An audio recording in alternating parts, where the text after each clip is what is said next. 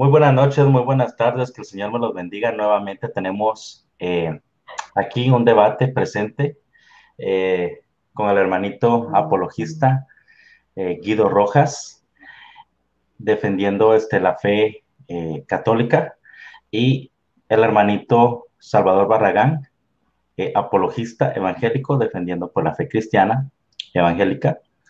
Eh, el tema que hoy van a debatir es acerca si Constantino fue el primer papa, ¿verdad? Es lo que yo había leído. Ellos van a debatir si Constantino fue el primer papa. Pues ante todo, ¿no? Bienvenidos a este programa del apologista Salvador Barragán. Sean todos bienvenidos y recuérdense los comentarios que sean de bendición nomás. Son los que yo voy a colocar algunos en la pantallita que estén bendiciendo a los exponentes, ¿verdad? Sabemos que algunos van a estar del lado del hermano Rojas, otros van a estar del lado del hermano Barragán, pero es conveniente bendecir a los expositores por igual, ¿verdad? Porque ellos están haciendo lo que muchos de nosotros pues no hacemos. Entonces, eh, mm, si quieren dar un saludito de presentación. Hermano Guido, adelante. Sí, gracias Arnold y bendiciones para ti, bendiciones para Salvador Barragán y a todas las personas que en este momento están conectadas. Me gustó mucho lo que tú dijiste porque al fin y al cabo esto no es un ring de boxeo, no es una pelea, es simplemente un diálogo fraterno, como es entre los cristianos, sobre un tema muy importante, un tema polémico, candente, que es el tema de Constantino y su relación directa con el cristianismo y más exactamente con la Iglesia Católica. Como siempre, espero que este debate sea del agrado, de la bendición de todos, pidiendo la iluminación del Espíritu Santo. Y entonces, no siendo más por el momento, damos paso también a que nuestro amigo y hermano cristiano evangélico Salvador Barragán también se presente. Adelante, Arno. Sí, hermano Salvador, adelante con su saludo. Sí, muchas gracias, hermano. Gracias, Guido Rojas. Gracias por venir a mi canal. Muchas gracias, se lo agradezco. Gracias al hermano Arnold por tomarse de su tiempo para moderar este debate. Se lo agradezco, hermano Arnold. Y sí, mi nombre es, como ya me conocen muchos hermanos, Salvador Barragán Arroyo. Soy del país de México. Y el día de hoy vamos a defender nuestra postura evangélica. Y va a ser un tema muy interesante que se debate muy poco, o temas históricos se debate muy poco. Por eso se nos hace de mucho interés tener esta serie de debates con el licenciado Guido Rojas. Antes de empezar, también quisiera agradecer a todos los hermanos que se conectan, al hermano Ronnie Cárdenas, a mi hermana Claudia Berenice, a Luis Fincheira, a Elías Maldonado, a mi hermano Dani Córdoba, Ángel Regalado, a mi hermano Iván Moreno, mejor conocido como Alfa y Omega, al pastor Rafael Vargas, a todos los hermanos. Por ahí se me van a pasar algunos, pero al hermano también San Ignacio Antioquía, saludos y bendiciones a todos, y gracias por acompañarnos. Bien, hermanos, entonces vamos a dar comienzo a este debate. Hermanito Guido Rojas, adelante con sus 20 minutos de exposición. Gracias Arnold, ¿Quiere que gracias le a... avise algunos Sí, minutos antes? sí, ¿5? 5 minutos me levanta la mano y me avisas. Ok. Bien, gracias. Entonces empiezo. El tema de Constantino en relación a la Iglesia Católica y el cristianismo primitivo es muy importante, es muy interesante, es muy polémico. eh, Tanto para los católicos tenemos una posición y los evangélicos tienen otra posición. Para poder conocer por qué es importante Constantino para la Iglesia Católica, yo creo que es necesario mirar lo que es el ambiente geopolítico. Entendemos por geopolítica toda la infraestructura desde el punto de vista político, social, religioso, de lo que fue ese gran vasto imperio romano, el imperio de los Césares, que venía desde Julio César, un siglo antes de Cristo, y que fue en el cual se desarrolló, por así decirlo, los 4 primeros siglos del cristianismo, que es conocido como la iglesia primitiva. Hay una relación muy directa con lo que es el imperio romano, y sus cabecillas en ese entonces, en el libro Apocalipsis o Revelación, así lo ve la Iglesia Católica de la exégesis bíblica, en el libro que escribió Juan, el último de los apóstoles que murió de muerte natural, escribió ese libro hacia el año 96-98 cuando estaba desterrado en la isla de Pasmos. Lo voy a hacer como me gusta a mí, con Biblias en físico. Utilizo Biblias católicas, Biblias evangélicas. Esta es una Biblia católica, es la Biblia de nuestro pueblo, o la Biblia de Luis Alonso Schocker, una Biblia católica. Si vamos al pasaje en Apocalipsis capítulo 17, versos del 5 y 6, dice, en la frente llevaba un título secreto: Babilonia, la grande, madre de las prostitutas y las obscenidades de la tierra. Y en el verso 6 dice algo muy importante: vi a esa mujer, simbólicamente reflejada como una ciudad, emborrachada con la sangre de los santos y de la sangre de los testigos de Jesús, o mártires en griego, y me llené de estupor a su vista. Esto es muy interesante porque vemos así como el apóstol Juan, una forma simbólica y a medio de claves, hablaba lo que ya él estaba viviendo, ya a finales del siglo I, esas grandes persecuciones que empezaron también a ser víctimas los cristianos, que eran conocidos como los nazarenos o los del camino o los de la secta. En esta otra Biblia de estudio, que es la Biblia de Navarra, es una Biblia también católica de la Universidad de Salamanca en España, estos eruditos bíblicos, a mí me encanta, a pesar de las críticas que a veces recibo de que por qué utilizo tantos comentarios bíblicos, porque soy consciente de que hay personas que en el plano de la teología, en el plano de la Sagrada Escritura, están a un nivel muy superior a mi persona, personas que son especializadas en la materia. Por lo tanto, yo, que me formé en una academia, tengo una licenciatura en teología en una universidad, aprecio enormemente los comentarios que hacen este tipo de eruditos, a veces católicos, a veces evangélicos. En una explicación también de esa perícopa de Apocalipsis capítulo 17, todo lo que habla sobre Babilonia la Grande, dice así estos biblistas católicos: la gran ramera es Roma, y las muchas aguas, como se explica en el versículo 15, los pueblos sobre los que ejercía su dominio. Se le llama también Babilonia porque esta es una urbe en el símbolo de las ciudades enemigas de Dios, y prototipo la lujuria. La bestia con sus cabezas y cuernos designa al anticristo encarnado a los emperadores que perseguía a la iglesia aquel entonces. De ellos, el sexto, que vive cuando escribió Juan, sería Domiciano, hacia el año 81 y 96 después de Cristo.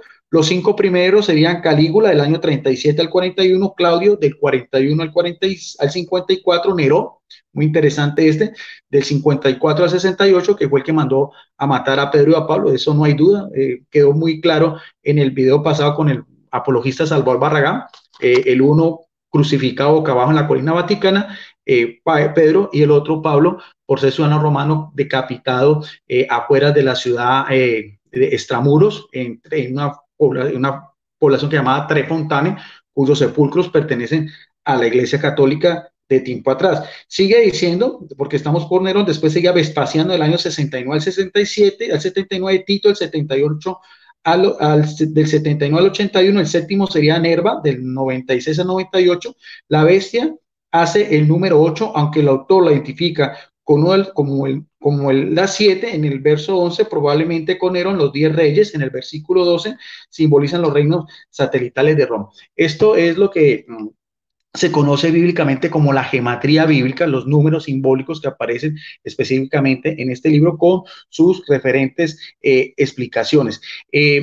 Para conocer un poco más de ese ambiente, de lo que era la Roma imperial, la Roma de los Césares que perseguía a los cristianos, sabemos que hacia el año 64, gran parte de la ciudad de Roma, que es conocida como la ciudad eterna, fue pasto de las llamas. Nerón culpó el desastre a los cristianos de aquel entonces para callar los rumores que lo culpaban a él. Y estas acusaciones desencadenó una terrible persecución, la primera gran persecución que vivieron los cristianos.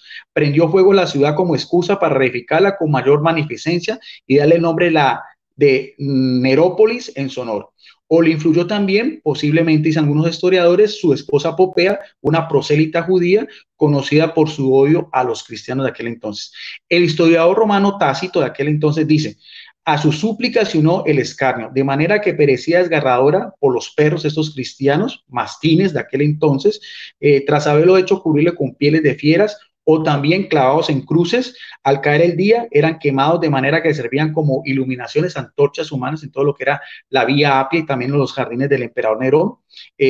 Aquí no lo dicen los jardines imperiales. Tácito, que no simpatizaba con los cristianos y tenía una conciencia y una mentalidad pagana, añade, aunque fueron culpables y merecieran los máximos castigos, provocaron la compasión ante la idea de que se perecieran no por el bien público, sino por satisfacer la crueldad de una sola persona, que en este caso era conocido Nerón, al que se le da el apelativo de la bestia. Este ambiente es muy importante porque esto tiene que ver, también va a desencadenar lo que después sucedió en el siglo IV con el emperador Constantino.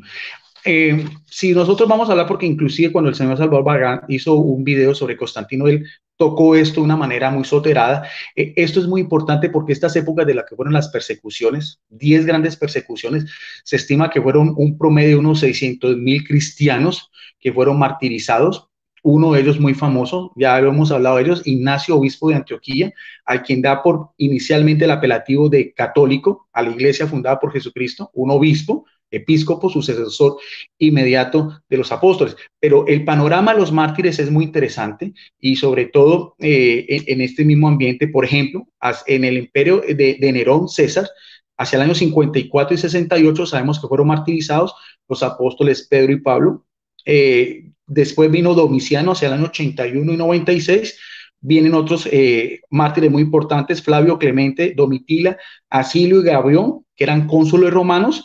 Después viene Trajano, del año 98 al 117.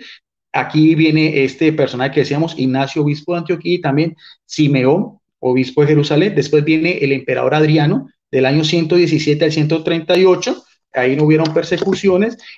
Ya con el emperador Antonio Pío, del año 138 al 161, también aquí aparece el primer martirio registrado de un obispo de Roma, y con eso también se descarta, por así decirlo, ese título pues muy sugestivo que si era Papa Constantino, porque sabemos que allí habían obispos de Roma anteriores pues a Constantino, ya había toda una jerarquía, ya había toda una sucesión apostólica. Eso lo tratamos anteriormente con nuestro amigo Salvador Barragán. Este obispo de Roma, llamado Telésforo, fue martirizado en el año 160. Viene después el emperador Marco Aurelio, del año 161 al año 180, donde fue martirizado un discípulo inmediato también de los apóstoles, que fue Policarpo, obispo de Esmirna, hacia el año 156. Justino Mártir, también un discípulo laico, el padre de la apología, también como se le conoce. Y Santa Cecilia, que era una patrona, una matrona, una mujer que pertenecía a la clase, lo que llama la familia patricia, o sea, de la nobleza, y los mártires de Lyon. Después viene el emperador Cómodo, del año 180 al 192, donde fue martirizado San Apolonio, que también fue un senador. Séptimo Severo, entre el año 193 y el año 211, Santa Perpetua, Felicita y San Leonidas.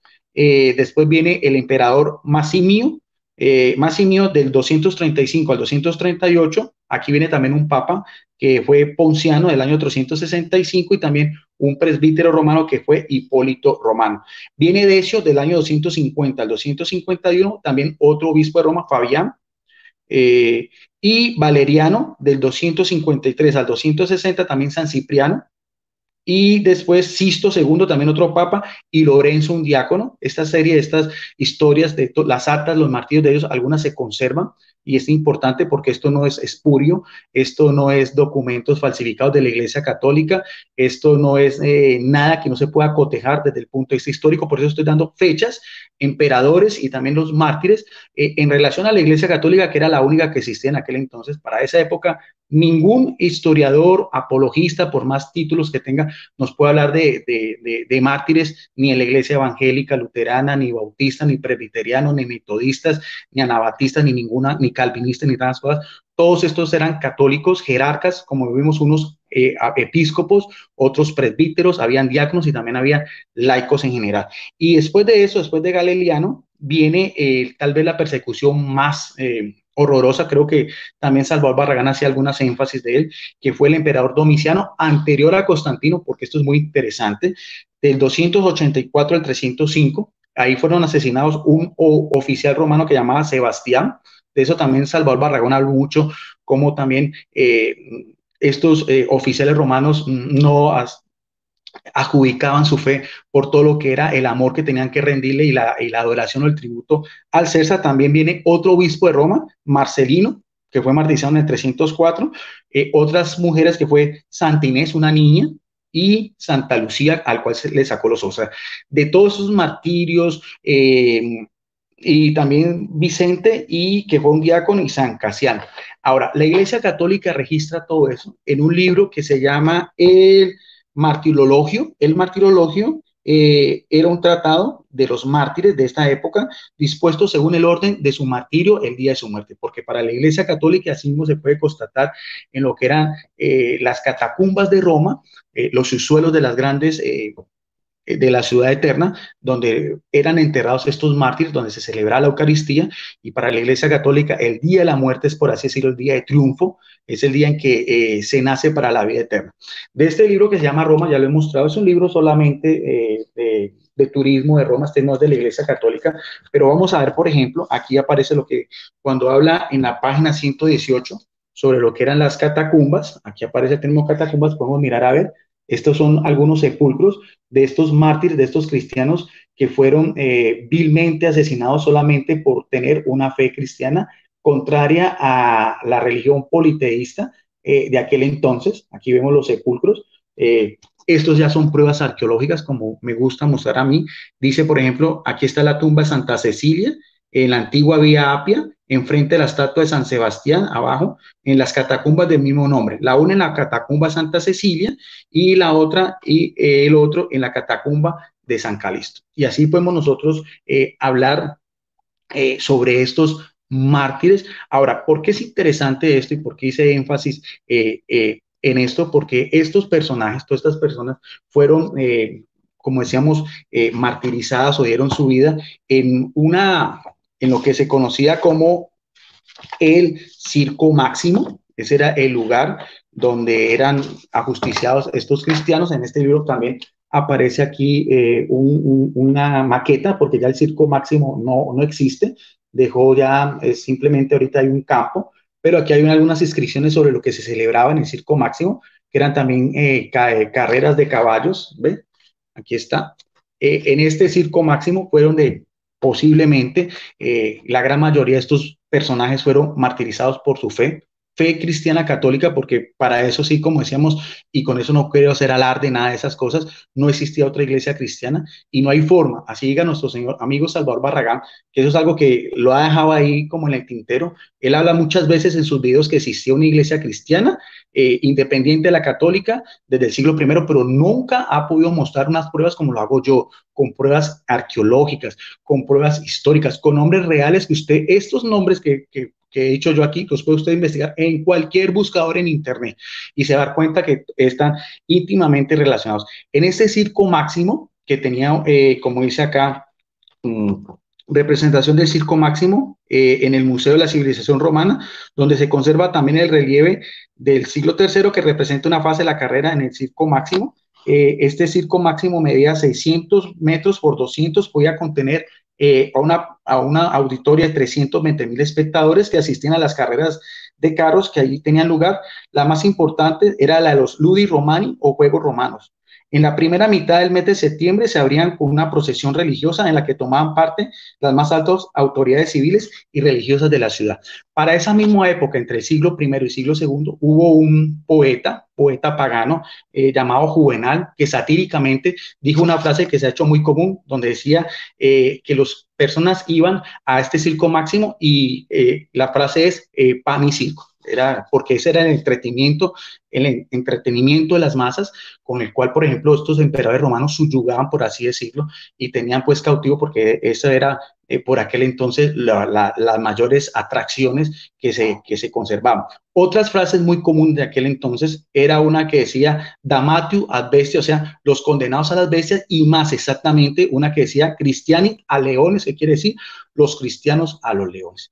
Entonces, sobre toda esta información que he dado de esta manera, pues muy rápido, todas esas cosas, sobre lo que era esa Babilonia la Grande, sobre lo que era la Roma imperial, la época del emperador Nerón, de Decio, de Trajano, la época de Calígula con todas sus aberraciones sexuales y especialmente lo que tiene que que ver con Domiciano y Diocleciano, este emperador que persiguió cruelmente a estos cristianos católicos, entiéndase por cristianos católicos de todas estas jerarquías que he venido a hablar, donde eran enterrados en las catacumbas. Mostré 2 sepulcros, porque puede haber mucho más, listas, en fin, y también donde eran martirizados. Ahora, eso tiene su finalidad con Constantino históricamente hablando. Quiero que ustedes vean a continuación, ya para finalizar, una declaración de nuestro amigo Salvador Barragán en su video anterior, porque yo quiero, y yo se lo advertí al señor Salvador Barragán, ya voy, que las anotaciones que las haga hacer, si es de memoria, que nos diga si son de índole personal o a qué erudito va a citar o qué fuentes, como lo estoy haciendo yo. Pongamos mucho cuidado a esta declaración del señor Salvador Barragán, porque me interesa mucho conocer su opinión. Miren, mis hermanos, hubo cristianos que cuando Constantino trae el edicto de Milán, ya no le hallaron sentido al cristianismo. Ya no le hallaron sentido. ¿Por qué? Porque la iglesia le gustaba ese ámbito de persecución. Esto es real. Le gustaba ese ámbito donde ellos sintieran ese amor y esa pasión por Jesús. Usted lo puede ver en San Ignacio de Antioquía. Cuando la iglesia quiere intervenir por San Ignacio. Perdón, ese no era. No iba a entrar a un changarro, les decía, no iba a entrar a donde hubiera una persona que no tuviera ropas finas, de ropas de seda, que la seda en aquel tiempo, o ropas muy finas o telas muy finas. Cambia la ropa de los obispos, cambian los himnos, el emperador entra en procesión. Otro de lo que trae Constantino, mis amados hermanos, a la iglesia, es cuando Elena encuentra la cruz de Cristo. Dice que ha encontrado la verdadera cruz de Cristo.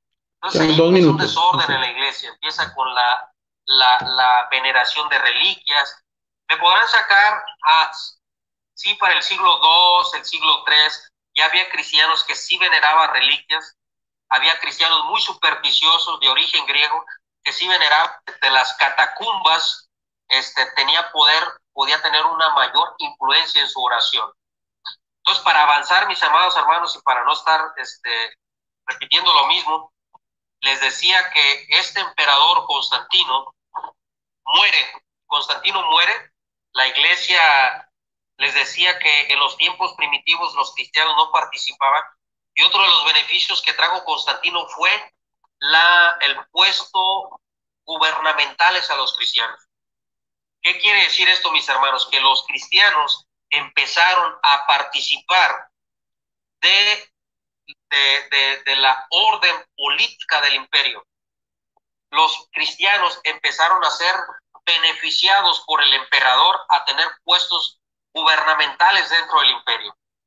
Los cristianos empezaron a ser senadores, los cristianos empezaron a tener acceso, los consejeros del emperador eran cristianos, los que educaban a sus hijos eran cristianos. Aquí viene lo que me interesa. Los cristianos, Constantino viene a abolir esa ley donde ya no obliga a los cristianos a hacer Sí, me los puedes descontar. Aquí viene. Podemos ver, mis amados hermanos, que Constantino era un hombre cruel. Esto es lo importante. Una de las más grandes atrocidades que hizo fue también que todos los bárbaros, sus oponentes que él tomó como reos, como esclavos, los trajo al imperio y se los dio a las bestias. Hay historiadores que dicen que las bestias se cansaron de matar bárbaros por la orden de Constantino. ¿Usted cree que ese hombre iba a ser cristiano? ¿Usted cree que ese hombre iba a ser el enviado de Dios para beneficiar a la iglesia? Un hombre que dio a sus esclavos, que dio a los bárbaros, a las bestias.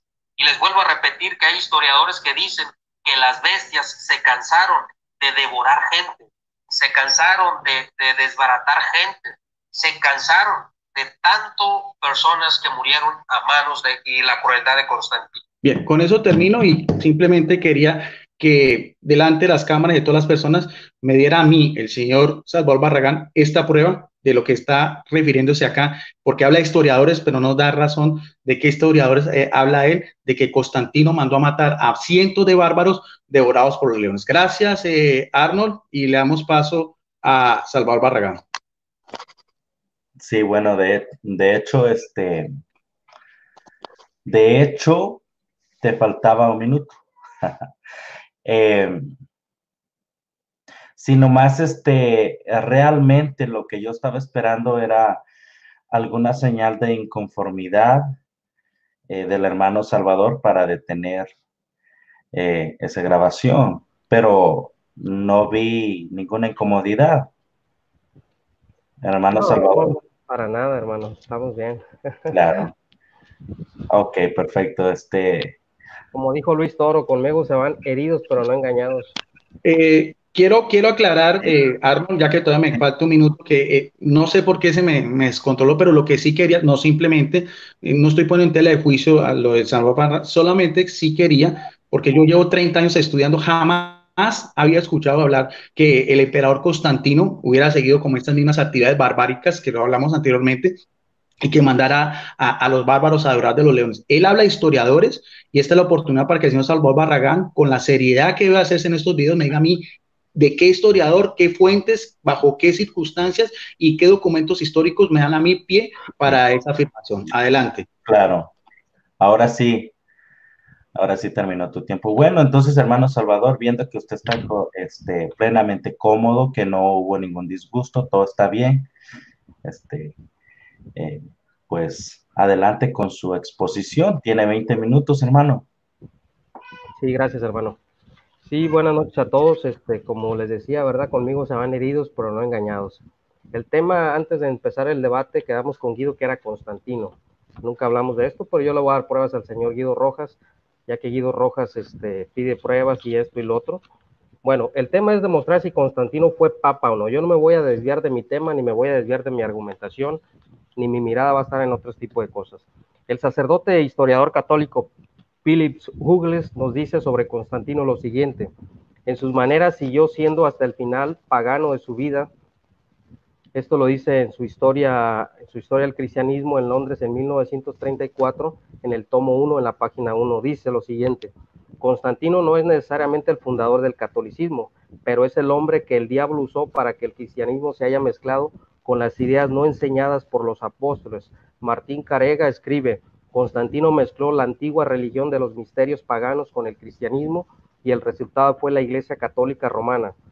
El sacerdote e historiador católico Philips Hughes, que les digo, nos dice sobre Constantino lo siguiente: en sus maneras siguió siendo hasta el final el pagano de su vida. El joven Constantino no es necesariamente el fundador del catolicismo, pero es el hombre que el diablo usó para el cristianismo se haya mezclado con el paganismo. ¿Qué es una de las cosas que hizo Constantino? El catolicismo es la religión que nace de la mezcla entre el cristianismo y el paganismo. O sea, cuando se romanizó la iglesia, después de la conversión según de Constantino, que hay muchas dudas acerca de ello. El famoso Newman, el famoso cardenal, escribió: Constantino, a fin de recomendar la nueva religión, se refiere al cristianismo. A los paganos transfirió la misma ornamentos externos a los que ellos habían estado acostumbrados. Por su parte, el uso de templos, especialmente los dedicados al paganismo. ¿Qué es lo que pasa aquí cuando Constantino viene y cuando Constantino se hace emperador? ¿Cuál es el impacto que trae a la iglesia? Constantino, dice el doctor Justo L. González, y usted lo puede buscar, Guido Rojas, si a usted le gusta que le muestre pruebas, aquí le muestro, chéquele bien. El doctor Justo L. González, esto me va a quitar algo de tiempo, pero aquí está la página, usted puede buscar la página. Entonces, el doctor Justo L. González dice que Constantino se autonombró a sí mismo obispo de obispos. Antes de Constantino, que yo tenga enterado, ningún emperador se había nombrado obispo de obispos. ¿Por qué Constantino es obispo de obispos? Porque Constantino nunca dejó de ser pagano.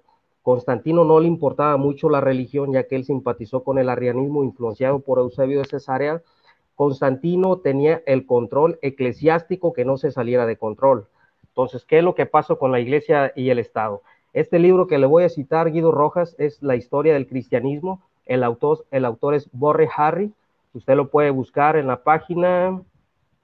Es que esto me quita. Bueno, durante el primer periodo de la historia antigua de la iglesia, es decir, hasta Constantino, la iglesia trató todos sus problemas eclesiásticamente, o sea, todos los asuntos de doctrina, disciplina, culto, gobierno, fueron resueltos por la iglesia sin que el Estado tuviera voz ni voto en los asuntos de la iglesia. O sea, que la iglesia no se mezclaba con el Estado.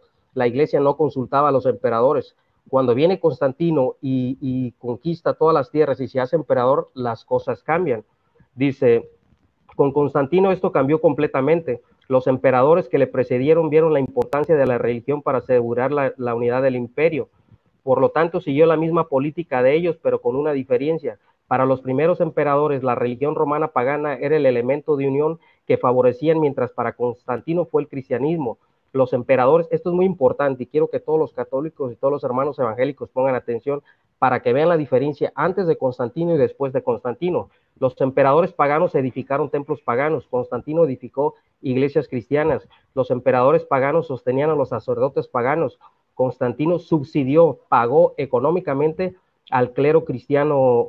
Los emperadores paganos combatieron al cristianismo, Constantino y los emperadores cristianos que le siguieron combatieron lenta pero seguramente el paganismo y las herejías.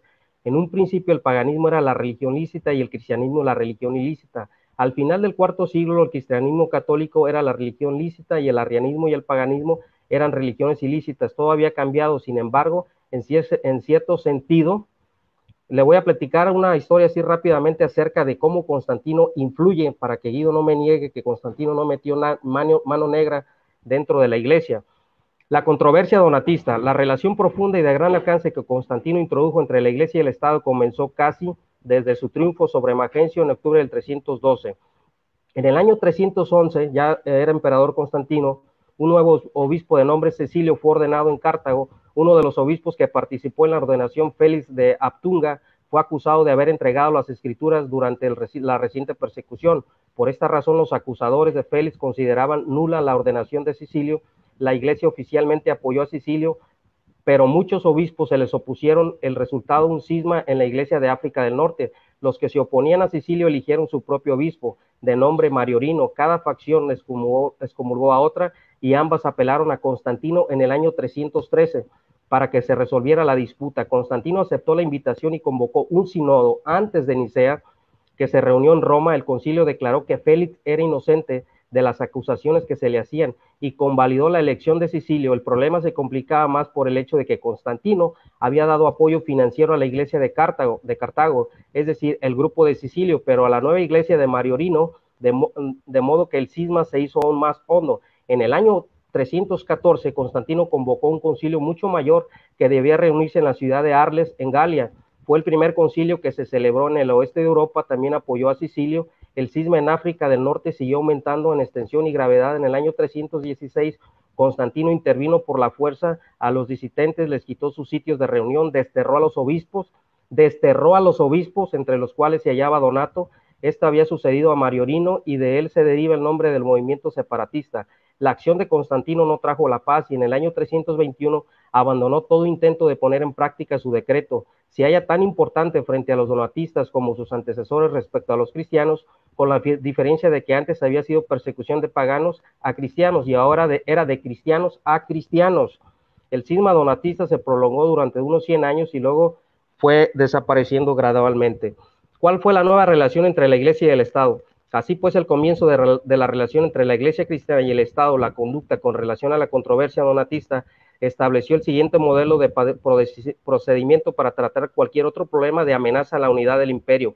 El emperador llamaría a un sínodo o concilio cuando lo creyera necesario, permitiera que el sínodo o concilio resolviera el problema.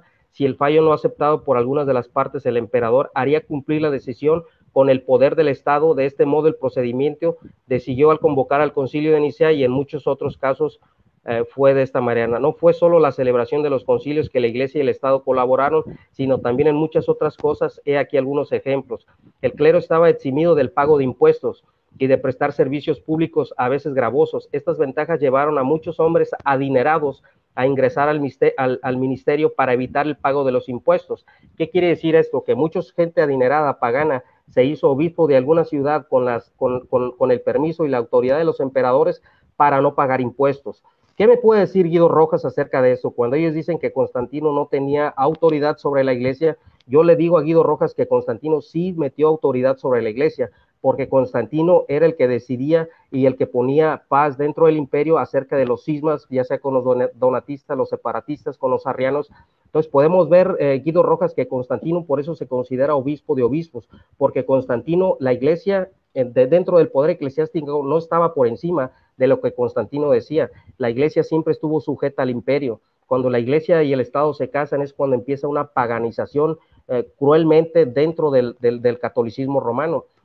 ¿Por qué nosotros argumentamos esto, Guido Rojas? Te vuelvo a repetir que el doctor Justo L. González, en su libro La Era de los Mártires, dice que Constantino se autonombró a sí mismo obispo de obispos. ¿Y sabes quién protestó en contra de esas blasfemias que decía Constantino? Absolutamente nadie, porque era el emperador.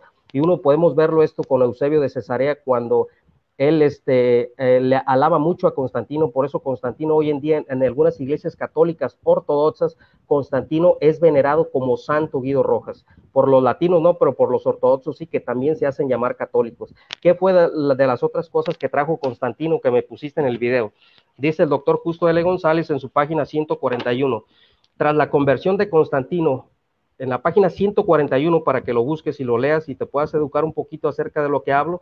Tras la conversión de Constantino, el culto cristiano comenzó a sentir el influjo y el protocolo imperial, el incienso, que hasta entonces había sido señal del culto del emperador. El incienso era culto del emperador. Hizo su aparición en las iglesias cristianas. Los ministros que oficiaban el culto comenzaron a llevar vestimentas. ¿Cuánto me queda, hermano Arnold? Vestimentas ricas durante el servicio. ¿Qué es lo que quiere decir esto, Guido Rojas? 9. Ok. ¿Qué es lo que quiere decir esto, Guido Rojas? Que la iglesia primitiva, ahorita te voy a hablar de eso en la reputación, que la iglesia primitiva era una iglesia pobre, una iglesia humilde, que se reunía en casas, no se reunía en templos. Te estoy demostrando con fuentes históricas, con fuentes primarias, que el doctor Justo L. González no es cualquier mediocre, no es una opinión personal. Él lo dice en su página 164, en la era, usted lo puede buscar aquí, Historia del cristianismo, la era de los mártires. Te lo vuelvo a repetir, dice: hasta entonces el incienso estaba dedicado solo dentro del emperador, dentro del paganismo. Al sentir el influjo del protocolo imperial, el incienso, que estaba entonces había sido señal del culto del emperador, hizo su aparición en las iglesias cristianas. Los ministros que oficiaban el culto comenzaron a llevar vestimentas ricas durante el servicio, en señal del respeto debido a lo que estaba teniendo lugar. Por la misma razón, varios gestos de respeto que normalmente se hacían ante el emperador comenzaron a hacerse también en el culto. Además, se inició la costumbre de empezar el servicio con una procesión. Esto no lo dice Salvador Barragán, Guido Rojas, esto lo dice el doctor, historiador, erudito Justo L. González, que este libro que yo lo estoy leyendo lo leen los seminaristas católicos. ¿Por qué? Porque tiene peso y tiene mucha credibilidad dentro de la historia cristiana. Te lo vuelvo a repetir: la costumbre de empezar el servicio con una procesión. La iglesia cristiana primitiva jamás empezó con esas aberraciones de empezar a alabar, de empezar a venerar, de empezar a exagerar con ese respeto hacia el emperador. Entonces, al empezar el servicio con una procesión, para darle cuerpo a esta procesión, se desarrollaron los coros, con el resultado neto de que la larga congregación tuvo menos parte activa en el culto. Por lo menos en el siglo II, los cristianos habían acostumbrado a conmemorar el aniversario de la muerte de un mártir.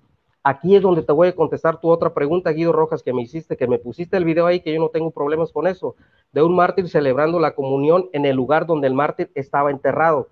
A partir del siglo II, esa fue una superstición de parte de los cristianos, porque la Biblia no habla absolutamente nada de eso. Ahora se construyeron iglesias en muchos de estos lugares. Pronto se llegó a pensar que el culto tenía más especial eficacia si celebraba en uno de tales lugares, en virtud de la presencia de las reliquias del mártir. Esto sucede después de Constantino, tú, Guido Rojas. El resultado fue que comenzó a desenterrar a los mártires para colocar sus cuerpos o parte de ellos bajo el altar de varias de las muchas iglesias que se estaban construyendo. Al mismo tiempo, algunas personas empezaron a decir que habían recibido revelaciones de mártires hasta entonces desconocidos o casi olvidados. En ciertos casos hubo quienes recibieron una revelación indicándoles dónde estaba enterrado el mártir en cuestión, como el caso de San Ambrosio y de los mártires Gervasio y Potasio, que mencionaremos más adelante. Guido Rojas, esto jamás se había visto en la iglesia primitiva. La superstición empezó después de Constantino. ¿Por qué? Porque se empieza a mezclar el paganismo con el cristianismo, Guido Rojas. Constantino se autonombró obispo de obispos. ¿Por qué? Porque él quitaba y él ponía obispos, porque él daba fe y daba legalidad si un obispo era legítimo o no era legítimo. Usted, como lector y como lector voraz de la historia cristiana primitiva, Guido Rojas, se dará cuenta que Constantino, después del edicto de Milán, es cuando da una autoridad compartida a los dos obispos metropolitanos, que es al obispo de Roma y al obispo de Constantinopla. Usted se dará cuenta, Guido Rojas, que uno de los títulos que llevaba el emperador Constantino era sumo pontífice. El sumo pontífice, según la historia acerca, refiriéndonos al sacerdocio de los matriotas dentro del paganismo romano, eran los puentes entre los hombres y Dios, eran los que mediaban los pactos. Los emperadores eran considerados dioses, los emperadores muertos. Entonces, el que rendía el culto, Constantino, llevaba el culto religioso y Constantino llevaba el servicio civil, el servicio político. Por eso era sumo sacerdote, sumo pontífice, porque era el que sacrificaba y al que hacía el rito pagano entre los hombres y los dioses romanos paganos. Por eso era el sumo pontífice. Ese título de sumo pontífice, después de Teodosio I, que es el que da la religión oficial de Estado, es cuando se le pasa nada más al obispo de Roma. Se le llama sumo pontífice, o sea, puente entre los hombres y Dios, lo cual te vuelvo a repetir que esa es una blasfemia, porque ese título solo es de nuestro Señor Jesucristo, porque Él es el único mediador entre Dios y los hombres. ¿Qué es otra de las cosas que empieza a hacer Constantino, Guido Rojas? Que Constantino, el adorador del dios Sol Invictus, y esto nadie lo puede negar, en su oráculo, en su carruaje imperial, llevaba al Sol Dios Invictus. De la misma manera, dice el doctor Justo L. González, que dentro de su carruaje pone la cruz de Cristo, haciendo una similitud entre el Dios de los cristianos y el Dios de los paganos, que tenían casi una similitud o casi era igual. Constantino fue el primer emperador romano pagano que hizo el domingo como día feriado para que los cristianos recibieran su culto. Con esto no estoy diciendo que no celebremos en domingo el culto, porque ya hay fuentes anteriores acerca de que los cristianos el primer día de la semana celebraban el culto cristiano o adoraban a Dios en el día primero. ¿Qué más es de las cosas que hace Constantino, Guido Rojas? Constantino empieza a cambiar, te decía hace un momento, las vestimentas de los sacerdotes. Constantino tenía poder civil, tenía poder eclesiástico sobre los emperadores. Te voy a repetir nuevamente lo que ejercían los emperadores de Roma hacia la iglesia, Guido Rojas. Un obispo no podía ser puesto si el emperador no daba su fe y su legalidad. Esto lo podemos ver después de Constantino. Si el emperador simpatizaba con los arrianos, los nicenos eran desterrados. Si el emperador era niceno, los arrianos eran desterrados. Entonces, ahí había mucha política dentro de la iglesia. Eso jamás se había visto antes de Constantino, Guido Rojas. Los cristianos antes de Constantino jamás se habían mezclado con el paganismo.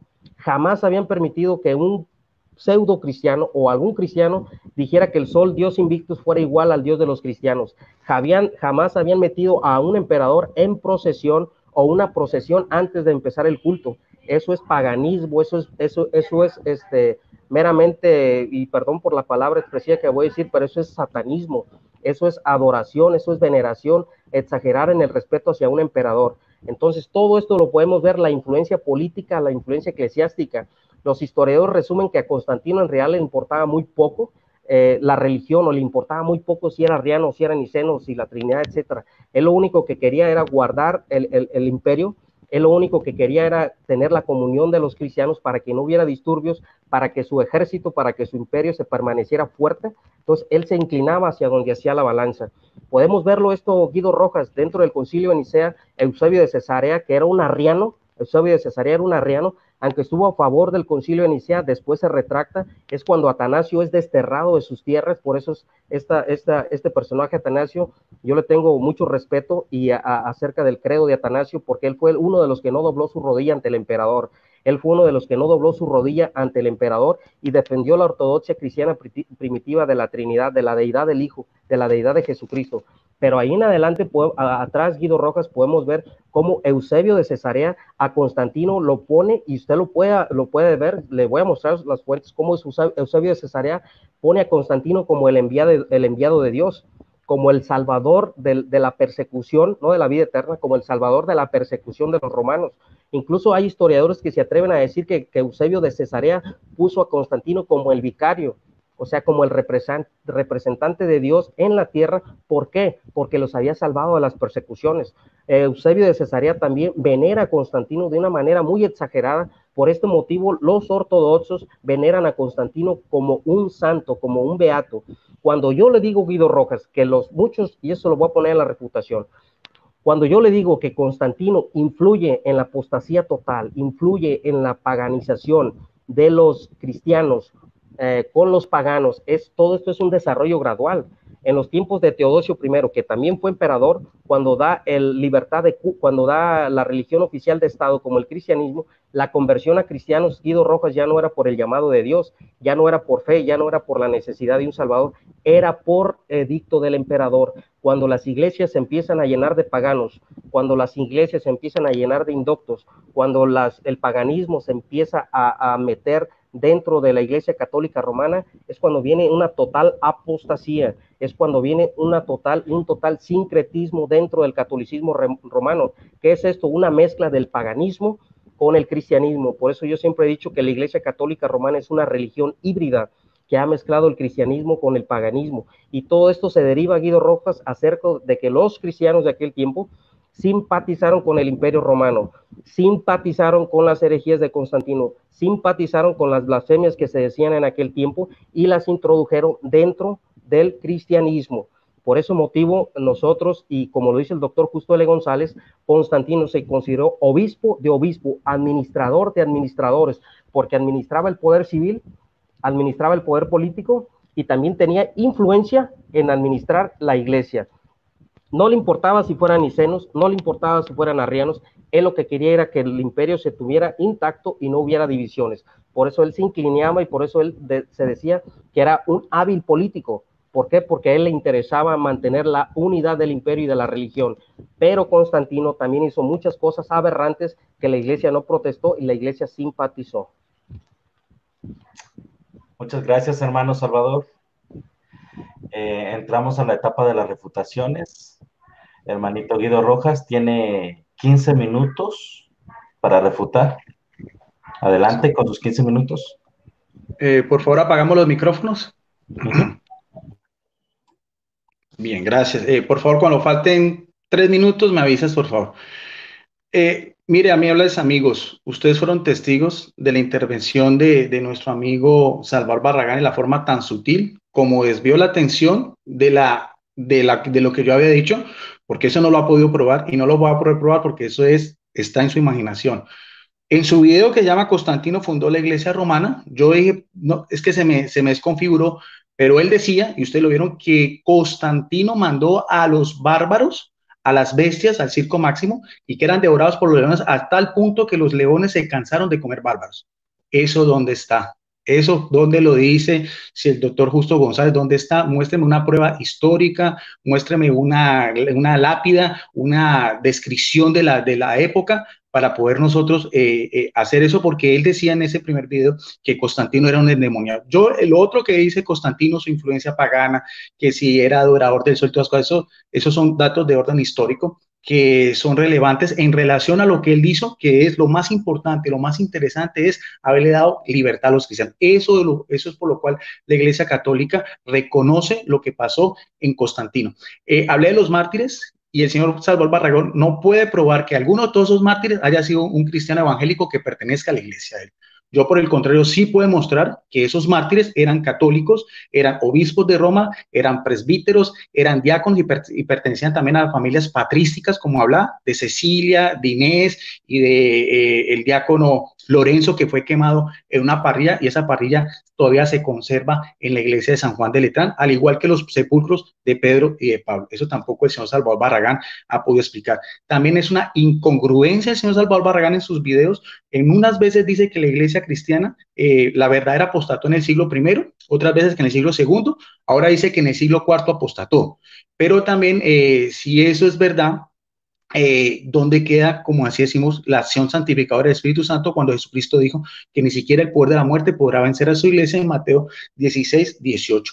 No puede mostrar tampoco el señor Salvador Barragán que a pesar de los títulos que Constantino se adjudicaba, se le hubiera dado título de un semidios o una divinidad o una deidad como sí lo hacían anteriormente desde la época de Augusto César, cuando a los emperadores se les da el título de divinis máximo, o sea, lo más divino y lo máximo.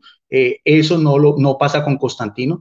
No hay pruebas de que a Constantino se le hicieran estatuas y que se le adoraran y se le quemaran incienso a él, porque todo ese paganismo termina con Constantino. Hay que mirar toda esa cosmovisión de aquel entonces para ser muy claros. Que si el emperador Constantino entraba en procesión y vestido de seda, eso es irrelevante. Eso podemos decir lo mismo de David, que se puso el efod, unas vestiduras propias de los sacerdotes en su procesión del Arca de la Alianza a la ciudad de Jerusalén. Ahora, en cuanto a todo eso del ambiente político, quiero decirle al señor Salvador Barragán de que sí hay unas pruebas, por ejemplo, de orden, por ejemplo, histórico, que fue lo que sucedió cuando Constantino se encontraba en guerra con Magencio y mientras marchaba con sus ejércitos, vio una tarde en el cielo una cruz luminosa que también fue observada por sus generales y soldados y con ella estas palabras en latín que decía in hoc sinus vince, que quiere decir por este signo vencerás. Durante la noche siguiente se le apareció en sueños Jesucristo, que le ordenaba cambiar el símbolo pagano del águila imperial en su estandarte de guerra y adornarlos con el monograma entrelazado de las letras XP, que es Cristo en griego. Al amanecer y con el signo de la protección divina, los dos bandos se encontraron en el puente Emilio, esto es histórico, ahora voy a mostrar una evidencia de lo mismo, no lejos de la ciudad de Roma, el 28 de octubre del año 312. Magencio fue vencido y al huir para protegerse en los muros de Roma, murió ahogado en las aguas del río Tíber. Poco después Constantino entró triunfante a la capital del Imperio Romano. Al año siguiente, en el año 313, Constantino, emperador de Occidente, y Licinio, uno de los césares de Oriente, se reunieron en Milán, promulgaron el célebre edicto de Milán, que es a lo cual le hago yo referencia. Lo otro sobre la vida pagana mundana de Constantino no me interesa es esto, el edicto de Milán, que concedió plena libertad y culto religioso ¿a quién? A los cristianos católicos que venían siendo perseguidos del siglo I, siglo II, siglo III y siglo IV. Que nos muestre el señor Salvador Barragán, como ha prometido en sus videos, de que él sabe y que da pruebas de que habían evangélicos de esa época. Quiero el nombre de sus líderes, de sus pastores evangélicos, sus lugares de reunión, sus actas de sus martirios, aparte de los católicos, para mirar a ver y poner en todo este panorama histórico lo que estamos hablando.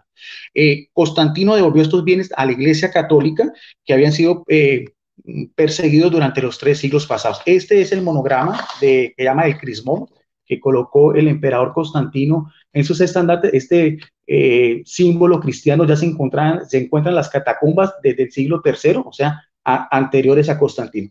Y también como una prueba histórica, porque eso no es leyenda, eso no es invento de la Iglesia Católica, el emperador Constantino, la libertad religiosa y también la influencia que tuvo en él su madre, Helena, la emperatriz, que la Iglesia Católica la venera como santa, que a los 80 años viajó a Jerusalén para buscar las reliquias de Jesucristo. Este es el famoso arco de Constantino que se conserva en la misma ciudad de Roma, para que no digan que la Iglesia Católica no tiene forma de demostrarlo. Y aquí mismo dice, en este libro, que es libro de turismo, esto no es un libro de la Iglesia Católica, dice, arco de Constantino mide 21 metros de altura, casi 26 de ancho, más 7 de profundidad y posee 3 arcadas, de las cuales la más grande es la central. Fue erigido por el decreto del Senado y el pueblo romano en el año 315 para celebrar el 10º aniversario del reinado de Constantino y la victoria que tuvo este emperador sobre Magencio en el puente Emilio en el año 302. O sea que sí hay pruebas al respecto. Y sobre la veneración o el respeto que la Iglesia Católica tiene por Constantino, pues eso lo podemos mirar en la Biblia, lo que nos dice el apóstol Pedro, en su primera carta, capítulo 2, verso 17, dice el apóstol Pedro en esta Biblia católica, dice, honra a todos, ama a los hermanos, respetad a Dios, ¿y qué? Y honra al rey. Nótese bien que es un mandato bíblico. Los evangélicos que tanto dicen que todo es Biblia, nótese bien, vuelvo a repetir lo que nos dice el apóstol Pedro. Si esto lo trascendemos al siglo IV, los cristianos de aquel entonces tenían que haber cumplido también esto, porque esto es palabra de Dios, bajo la inspiración del Espíritu Santo, no hay forma de reputarlo. Vuelvo a repetir, 1 Pedro capítulo 2, verso 17, honrar a todos, amar a los hermanos, respetar a Dios y honrar al rey. El término honrar en griego es time, implica honor, honra, alabanza, dignidad. ¿A quién? A este emperador, que gracias a él todos los cristianos pudieron ya tener libertad, pudieron libremente ya sus cultos, y también lo que el señor Salvador Barragán cree sobre la divinidad de Jesucristo fue gracias también al Concilio de Nicea en el año 325 contra la secta de los arrianos, que es lo mismo que cree hoy en día los testigos de Jehová, o que niegue el señor Salvador Barragán que él en su confesión, porque esa es otra de las cosas que nosotros con el señor Salvador Barragán nos admiramos. A veces dice que es evangélico, otras veces dice que es bautista, otras veces dice que es calvinista, otras veces dice que es anabatista, en fin, como sea, pero en todo caso las principales iglesias cristianas creen en la divinidad de Jesucristo, divinamente Dios y humanamente humano, en su divinidad, en su preexistencia, como dice Juan 1:1, y en su humanidad al encarnarse la Virgen María. ¿Quién definió eso? En el siglo IV, 12 siglos antes de la Reforma Protestante, en el Concilio de Nicea, que protegió a Constantino, pero que nunca intervino. El señor Salvador Barragán no puede decir que, aunque él tenía ese poder también, porque estamos viendo esa transición, él no se metió en esos asuntos. Fueron los mismos obispos, entre esos Atanasio de Alejandría, que el señor Salvador Barragán admira mucho, y también otro patriarca católico, San Juan Crisóstomo, también posterior a Constantino. O sea, si de historia vamos a hablar del señor Salvador Barragán, mejor dicho, queda usted en mitad, porque de todas maneras las pruebas que hay a favor de la Iglesia Católica en ese contexto son muchas. Que hable de pecados y todas esas cosas, eso lo hay en el Antiguo Testamento. Si usted quiere hablar de Constantino, que mandó a matar a su hijo y a su cuñado Emilio, como veíamos a Licinio, podemos hablar lo mismo de David, que siendo el más grande rey del Antiguo Testamento, como en Mateo 1:1 que dice que Jesucristo era hijo de David, también mandó a matar al rey Urías por tapar el adulterio de Betsabé. O sea, si de pecado, señor Salvador Barragán, pecado hay en el Antiguo Testamento, pecado hay en el Nuevo Testamento, pecado hay en la Iglesia Católica, y pecado también hay en las iglesias evangélicas. Eso usted no lo puede negar, así usted quiera maquillar las cosas, porque yo veo al señor Salvador Barragán un celo anticatólico, y no es parcial.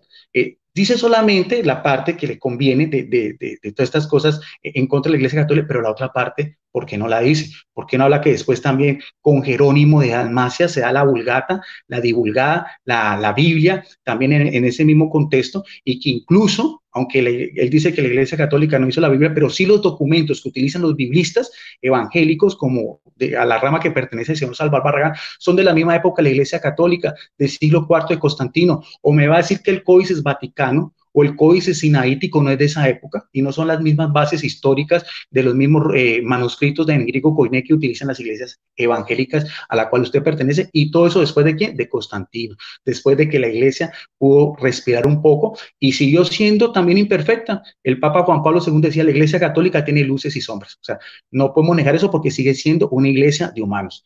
Pero si vemos ese panorama, si vemos todo ese contexto, podemos analizar de una manera más objetiva el papel que tuvo el emperador Constantino en este ambiente.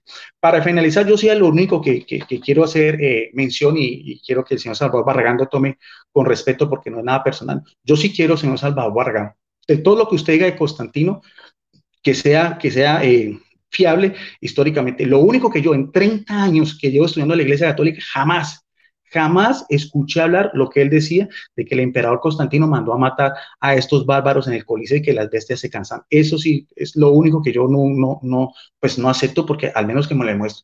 Y si me va a hablar de este erudito evangélico, no me basta solamente con que me lo diga. A mí me tiene que dar como muestro yo. Mire, yo estoy mostrando son libros, yo estoy mostrando Biblias, yo estoy mostrando láminas que tienen que ver con la época de lo que estamos hablando. Entonces, por ahí yo creo que es más que todo lo que tenía más o menos preparado. ¿Cuánto me queda, Arnold? Te quedan 5.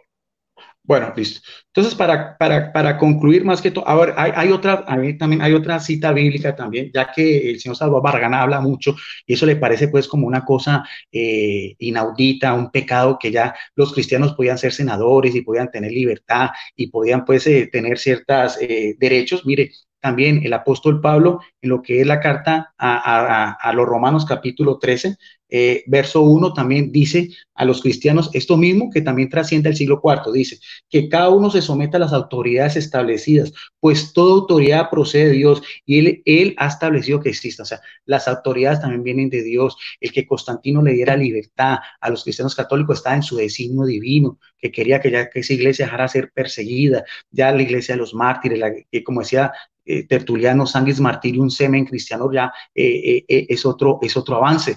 Que siguió habiendo pecado, siempre ha habido pecado, Eso es, estudiemos la historia del Antiguo Testamento y vamos a encontrar la misma, al igual que cualquier iglesia cristiana. ¿Por qué las iglesias cristianas después de 2000 años no hicieron lo que hizo el Papa Juan Pablo II, que pidió perdón en el jubileo? Por lo que a veces el señor Salvador Barragán habla de la Inquisición, de las cruzadas, de todas esas cantidades de cosas. ¿Y por qué los evangélicos no hacen lo mismo? Si vamos a tirar la piedra, acordémonos que ustedes también tienen un techo de cristal. O sea, pecado y virtudes las hay, las hubo en el emperador Constantino. Creemos firmemente que sí hubo una intervención divina, como lo decíamos, en esta guerra, que fue decisiva, y también la influencia que tuvo su madre y que después construyó basílicas católicas. ¿Eso qué tiene de malo, señor Salvador Barragán? Lo mismo hizo Ciro, rey de Persia, cuando dio el edicto y dio fondos, este rey pagano, para que los judíos pudieran regresar de su exilio y construir el templo de Jerusalén. Eso, si esas pruebas a mí en realidad a mí no son de peso en un debate que tengamos que ver con Constantino. Lo más importante es que no fue papa. Lo más importante es que ya habían obispos de Roma que tenían una autoridad religiosa en aquel entonces. Aunque sí tenía un dominio político, evidentemente estamos hablando de una mentalidad de una persona que también viene de toda esa trayectoria, pues, de un imperio de 500 años atrás. Entonces, y que al final de su vida se convirtió y se bautizó. Eso es importante, porque para nosotros el bautismo es el sacramento de iniciación cristiana. Pensamos y creemos, como dice la Biblia, que por el bautismo se redime a los pecados. Entonces, esa estrategia la hizo el emperador Constantino, y eso está en la historia. Por eso es que el Papa Pío XI decía que la Iglesia Católica no le teme a la historia, porque todo lo que da el señor Salvador Barragán, y cuando habla de sus videos contra la Iglesia Católica, yo lo sé. Y como decía él, que mientras más estudia la historia del cristianismo, más se hace evangélico. Yo digo todo lo contrario. Mientras más estudio la historia, más me hago cristiano, porque toda esta gesta, todos estos mártires que regaron su vida, fueron cristianos católicos, obispos, presbíteros, diáconos y fieles en general, que valientemente ofrecieron su vida, como Ignacio de Antioquía, que decía que ahí donde está Cristo Jesús está la Iglesia Católica, y eso lo dijo en el año 106. No siendo más por el momento, yo entonces termino esta intervención, que me parece interesante, estos datos de orden histórico, y sobre todo con el senador Salvador Barragán. Yo admiro, y es muy valiente, porque no muchos apologistas se meten en ese terreno tan arenoso como es la historia, porque de ahí podemos coger mucha tela a favor o en contra, porque de todas maneras hay para mucho. Pero lo que sí puedo asegurar es que todo el ambiente que está hablando, escuchen bien al señor Salvador Barragán, de obispo y todas esas cosas, todo eso es ambiente que tiene que ver en relación a la Iglesia Católica. La misma del siglo I, siglo II, siglo III y siglo en adelante. Si no, que me muestre el señor Salvador Barragán qué pasó con la Iglesia. Si la Iglesia Católica es la apóstata, entonces ¿dónde está la Iglesia verdadera? Y si la Iglesia del señor Salvador Barragán también fue la que sufrió persecuciones en los 4 siglos anteriores, que eso terminó con Constantino, porque con Constantino ya terminaron todo lo que eran las luchas de gladiadores, todo ese ambiente pagano de la antigüedad, todo eso cesó con él. Gracias, Arnold. Bien, hermanito, se llevó sus 15 minutos. Hermano Barragán, ¿listo? Tome agua, hermano. Creo que le iba a descontar por ahí unos minutos a Guido, ¿no? Que se había pasado, pero no quise decir nada para que no haya en su otra intervención. ¿Cómo? Bueno, no hay ningún problema. Digo, en su otra intervención creo que Guido se había pasado 1 o 2 minutos, ¿no? Se los iba. Pero está bien, no hay problema. No se pasó. Ah, ok, correcto. Él pensó, pero no se pasó. Ah, muy bien. Usted me dice el tiempo, hermano Arnold. Sí, cuando usted esté listo, yo le comienzo a contar. Adelante. Adelante, pues. Mire, la primera reputación que le voy a hacer a Guido Rojas, creo que Guido Rojas desconoce un poquito la historia, pero nada más lo que ha hecho es repetir lo mismo de todos los argumentos. Pero yo le digo a Guido Rojas que Constantino se bautizó por un arriano, por un pagano y por un hereje. Por lo tanto, para la iglesia primitiva ese bautismo no contaba. El bautismo de los herejes no contaba, y ahí queda reputado Guido Rojas. Cuando me dice Guido Rojas y pone la comparación de Ciro con Constantino, que creo yo que no hay absolutamente nada que ver, porque podemos ver que Ciro es una profecía que está en Isaías, donde por mano del rey Ciro va a ser rescatado el pueblo de Babilonia, y él va a dar bienes económicos para Esdras y para Nehemías, para que regresen a restaurar los muros de Jerusalén. No encontramos en ninguna parte de la Biblia donde Dios haya dado una profecía que iba a venir un emperador pagano, que iba a mezclar el paganismo, que iban a hacer un sincretismo religioso, una iglesia híbrida mezclando el paganismo con el cristianismo, Eso no, yo no lo he visto en ninguna profecía, ni en el Antiguo ni en el Nuevo Testamento. Por lo tanto, mi oponente queda totalmente refutado en querer comparar o en querer mezclar una profecía bíblica del rey Ciro con Constantino. Yo no le veo ninguna conexión absolutamente de nada. Otra de las incongruencias que dijo Guido Rojas es que dice que después de Constantino la iglesia dejó de ser perseguida. Yo le digo a Guido Rojas que está totalmente equivocado, porque acuérdense que vino Julián el Apóstata, el sobrino de Constantino. Julián el Apóstata persiguió a la iglesia porque quiso restaurar el paganismo dentro del imperio. Él restauró a los sacerdotes paganos, los volvió a dar dinero otra vez porque ellos andaban como vagabundos por el mundo, según la historia. Él restaura a Julián el Apóstata otra vez del paganismo y trata de otra vez darle esa connotación que tenía el imperio romano pagano. La iglesia sí fue perseguida después de Constantino. Guido Rojas no paró la persecución. Te vuelvo a repetir que es dependiendo el criterio del arrianismo o del niceno. Ahí también queda totalmente refutado nuestro amigo Guido Rojas, cuando dice que habla de una victoria que después de Constantino ya la iglesia jamás fue perseguida. La iglesia fue perseguida, Guido Rojas, por Julián el Apóstata, y hay otros emperadores que te puedo mostrar que no estuvieron de acuerdo con los nicenos y fueron perseguidos por emperadores arrianos. Ahí queda refutado Guido Rojas. Otra de las incongruencias que dijo nuestro amigo Guido Rojas es decir que yo creo que Jesús es Dios porque Atanasio lo dijo. Está totalmente equivocado Guido Rojas y creo que no tiene todavía el concepto de lo que nosotros creemos. Yo creo que Jesucristo es Dios no porque Atanasio lo haya dicho. Yo creo que Jesucristo es Dios porque en Isaías capítulo 9, versículo 6 en adelante, dice, y vendrá Emmanuel, Dios con nosotros, Padre eterno, príncipe de paz. Yo creo que Jesús es Dios no porque Atanasio lo dijo, yo creo que Jesús es Dios porque la Biblia lo dice. San Juan 1:1 dice, en el principio era el verbo y el verbo era con Dios y el verbo era Dios. Yo no creo que Jesús es Dios porque dijo Atanasio. Yo creo que Jesús es Dios porque la Biblia lo dice. Primera de Juan 5:20 dice que Jesucristo es Dios. Romanos 9:5 dice, ¿de dónde vienen los patriarcas? Según la carne vino Cristo, el cual es Dios. Pues yo creo que Jesús es Dios, no por el concilio económico de Nicea. No, yo cuando admiro a Atanasio es porque no dobló su rodilla ni se dejó influenciar por el ambiente como Eusebio de Cesarea a barbear de una manera a Constantino. Pero yo no creo que Jesucristo sea Dios porque dijo Atanasio, diga el concilio de Nicea. Yo creo que Cristo es Dios porque la palabra de Dios a mí me lo revela. Ahí quedas totalmente refutado otra vez Guido Rojas. Otra de las incongruencias que dijo nuestro amigo Guido Rojas es donde quiere justificar una persecución con otra persecución. Eso se me hace incongruente de parte de un cristiano. Si él quiere hablar de la persecución o quiere hablar acerca de la Inquisición protestante, eso a mí no me corresponde, Guido Rojas, porque yo te vuelvo a repetir y lo digo públicamente, yo no soy de confesión reformada, yo no soy de confesión presbiteriana, o sea, yo soy anabaptista y me considero anabaptista. ¿Por qué? Porque yo creo en el rebautizo, a diferencia de los reformados, a diferencia de los presbiterianos, a diferencia de los católicos romanos y a diferencia de los ortodoxos. Entonces, a mí no me tienes que reclamar absolutamente nada de la Inquisición protestante porque yo no me identifico con el presbiterianismo histórico o la reforma histórica de querer en el paidobautismo, pues. Entonces, ahí quedas totalmente también refutado, Guido Rojas, porque no puedes querer justificar la crueldad y la maldad que invistió la Iglesia Católica Romana a muchos protestantes pre-reformadores, que invistió a los mismos ortodoxos con otra Inquisición. Eso no tiene absolutamente nada que ver. Cuando dice habló Guido Rojas, ahí se metió un autogol solito cuando habla del crismón. El crismón que tiene la Iglesia Católica Romana, o esa órbita que tiene la Iglesia Católica Romana, y todos los símbolos que tiene de la Iglesia Católica Romana vienen casi en su totalidad del paganismo, cuando el paganismo empieza a introducirse dentro del catolicismo romano. Te acabas de meter un autogol, Guido Rojas, y quedas refutado totalmente otra vez acerca del crismón, porque ese es de origen pagano.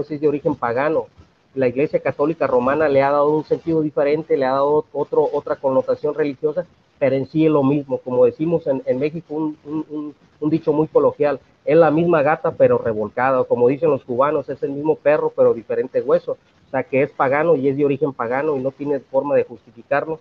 Y ahí queda totalmente refutado otra vez nuestro amigo Guido Rojas. Otro de lo que dice nuestro amigo Guido Rojas, y creo que él no se da cuenta de lo que acaba de decir, es que dice que dónde estaban los protestantes antes del concilio de Nicea. Guido Rojas, creo que usted ignora cómo el cristianismo se expandió por todos lados. Si usted tiene la idea errónea que el obispo de Roma tenía una jurisdicción sobre todas las iglesias, está totalmente equivocado.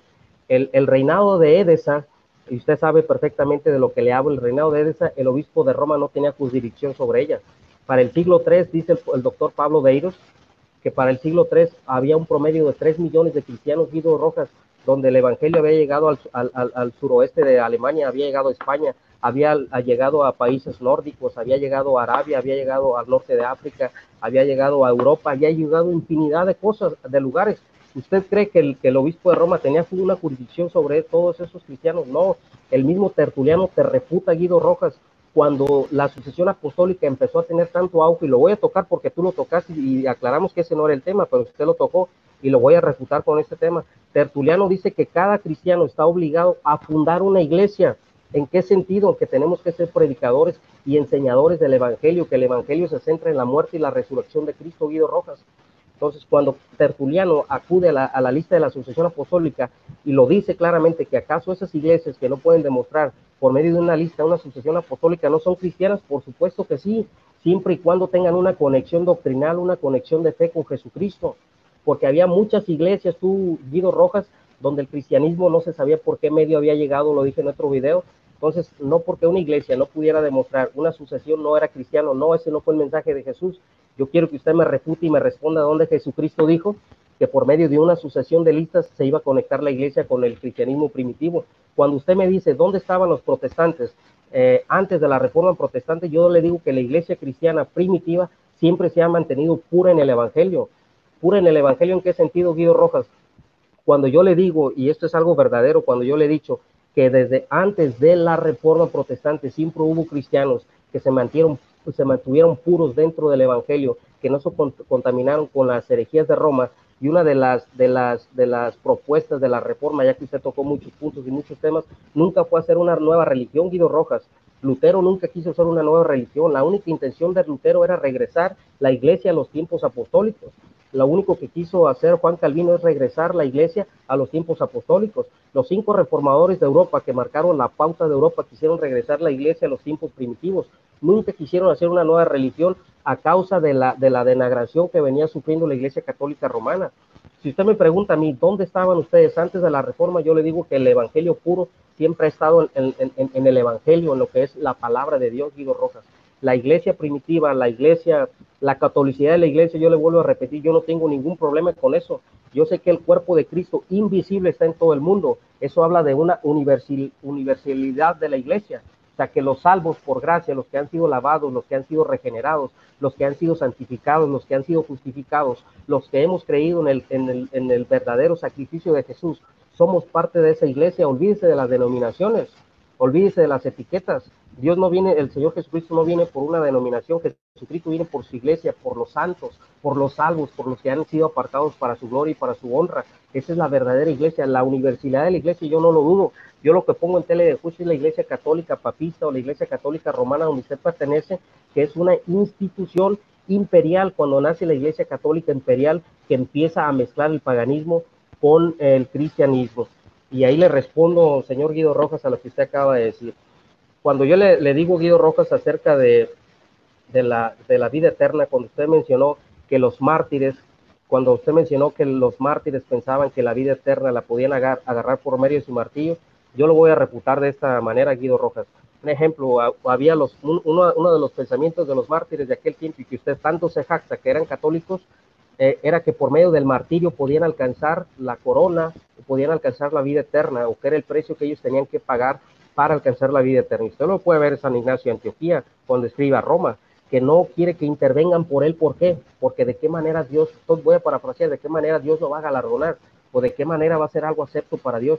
Guido Rojas, nosotros somos aceptos para Dios no por el martirio, no por la persecución. Nosotros somos aceptos, somos salvos. ¿Por qué? Por el sacrificio de Cristo en la cruz del Calvario. Ese es el problema, Guido Rojas, de la Iglesia Católica Romana, cuando está casada con las obras, cuando está casada de una manera sacramental, y cuando no entiende las enseñanzas y no entiende las doctrinas de la gracia, y no entiende que la salvación es un regalo de Dios por medio del sacrificio que hizo Jesús en la cruz del Calvario.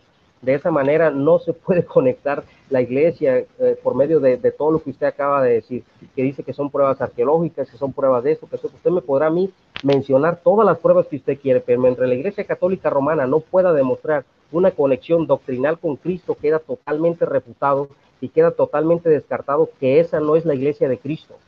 Y lo estoy refutando de esta manera porque usted fue el que se salió del tema, usted fue el que desvió el tema, usted fue el que mencionó otras cosas, porque el tema era Constantino, si había sido papa o no había sido papa. Yo le demostré mis argumentos porque usted no refutó ninguno de mis argumentos. No me pudo demostrar por qué Constantino empieza a influir dentro de las iglesias, por qué Constantino mezcla el dios Invictus con el dios de los cristianos, por qué Constantino permite que muchos paganos se hagan obispos para evadir impuestos. Eso es sincretismo religioso, Guido Rojas. Eso, metas ese chip, eso es una desviación doctrinal de las iglesias, porque ese no era el modelo de las iglesias. Cuando usted habla del crismón, o sea, por favor, Guido Rojas se acaba de meter un autogol solito. ¿Cuánto me queda, hermano Arnold?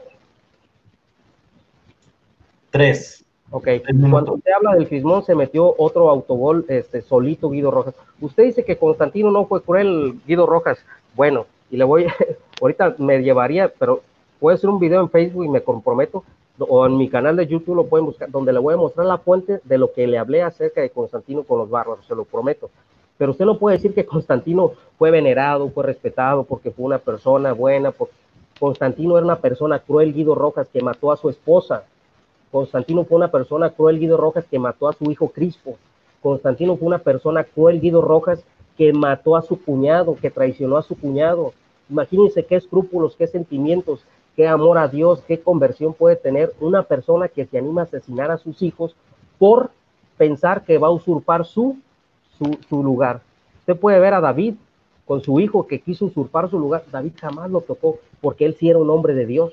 Y no puede comparar a Constantino y venerarlo o respetarlo o honrarlo, de decir que por Constantino fue bueno y dio libertad de culto y perdió la persecución, por lo tanto la Iglesia Católica, la Iglesia Ortodoxa lo venera como un santo. No, Guido Rojas, si fue la voluntad permisiva de Dios, adelante, yo lo acepto, pero no se puede aceptar todo lo que usted ha dicho acerca de Constantino.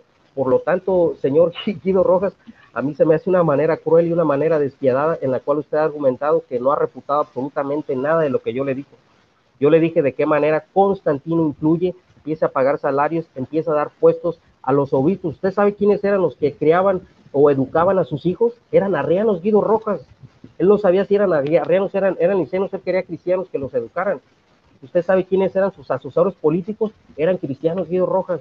¿Y por qué? Porque Constantino sabía que los cristianos eran personas honestas, eran personas sinceras, eran personas que no daban problemas, eran personas dentro de, se puede decir, cristianos que vivían una fe en nuestro Señor Jesucristo, que siempre tuvieron temor a Dios. Por lo tanto, Constantino inteligentemente supo que esas personas podían servir dentro de su imperio y podían traer un beneficio dentro de la iglesia. Pero Constantino lo único que le interesaba era tener su imperio intacto, no tanto que el mundo fuera cristiano o que todo el cristiano. No, Guido Rojas, quítese esa idea de su cabeza y vea los ojos de la historia con otro punto de vista, Guido Rojas. Y si usted quiere, yo lo invito también a otro debate donde podamos debatir la historia de la iglesia, pero dejemos a Constantino, dejemos las imágenes y vamos a centrarnos en la iglesia primitiva hasta la Reforma Protestante. Hermano Salvador. Sí, hermano. Sí, han terminado sus 15 minutos de refutación. Entramos a la despedida. Hermanito Guido. Sí, gracias Arnold, agradeciéndote otra vez por tu gentileza, por haber sacado tiempo para moderar.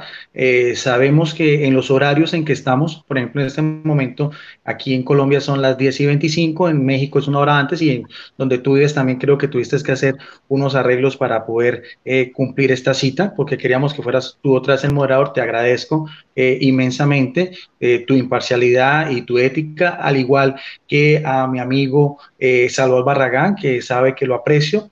Admiro su inteligencia, admiro su memoria, admiro la forma como él defiende su fe, y de eso se trata, de que cada uno pueda exponer como dos cristianos con educación y con cultura, y como siempre, que sean las personas que vean este video, pueblo católico y pueblo evangélico, que analicen todo y saquen conclusiones. Saludos también a todas las personas que en este momento están conectadas. Este video también lo vamos a pasar a mi canal en Facebook, que llama Debates Bíblico y Teológico Licenciado Guido Rojas, y a mi canal en YouTube, que llama Videos Apologética Católica. Quedamos en la paz de nuestro gran Dios y Salvador Jesucristo. Bendiciones para Aaron y bendiciones para Salvador Barragán. Sí, yo también, así como muestra, yo le digo a Guido Rojas que yo mi información, parte de mi información también lo voy a poner porque para que vean también todos los espectadores que yo no soy googlero, pero aquí pueden ver mi biblioteca que tiene aproximadamente 2.808 libros y pueden buscar literalmente cualquier información, es un software bíblico, Logos, con 2.808 libros. Yo las fuentes que Guido Rojas no venía preparado para eso, pero le vuelvo a repetir que le voy a dar la información acerca de lo que hablo. Ahorita yo no le veo ningún descontrol a tener una biblioteca virtual porque si tú viajas, puedes llevarte tu computadora y te puedes llevar 2.000 libros. No necesitas llevar toda la biblioteca, todo tu armario para este tipo de cosas.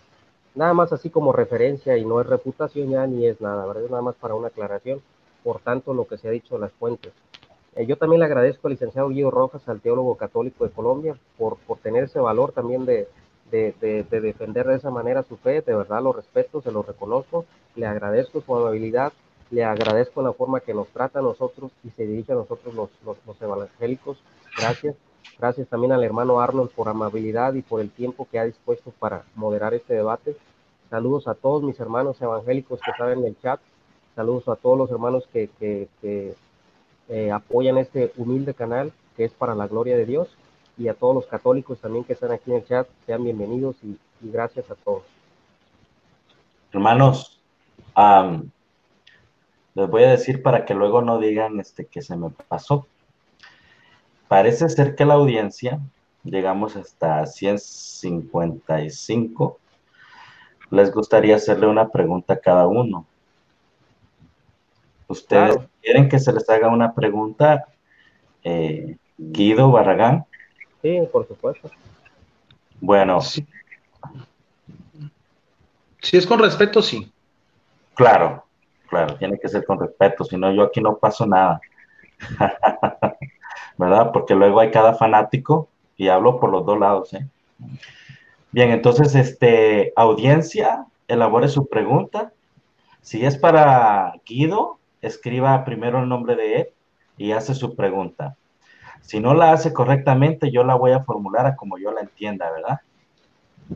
De igual manera para el hermano Salvador Barragán. Escribe el nombre de él y hace su pregunta. Intenten hacerlo lo más simple que puedan y lo más clara. Recuerden que una pregunta directa merita una respuesta directa. Si no, no se van a quedar conformes y la van a seguir preguntando.